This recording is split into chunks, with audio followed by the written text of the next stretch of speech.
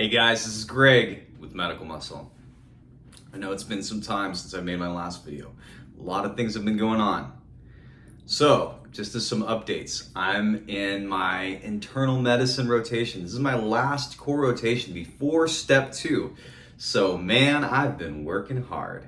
And I wanted to wait to make more videos for you guys because I wanted to get a full picture of like all the core rotations and clinicals before I could make some assessment of what clinicals are like. And at this point, I feel like I got a pretty good hang of it because I'm about to take step 2, and then after this is just electives.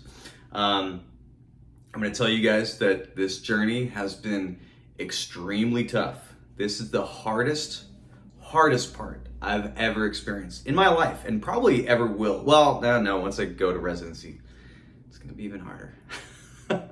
But for me, at this point, this is the hardest that I've ever worked and have ever pushed anything. But I still love it. I still enjoy what I do, and that's the most important. And I want to just make some videos for you guys and kind of tell you what's going on and what to expect in clinicals.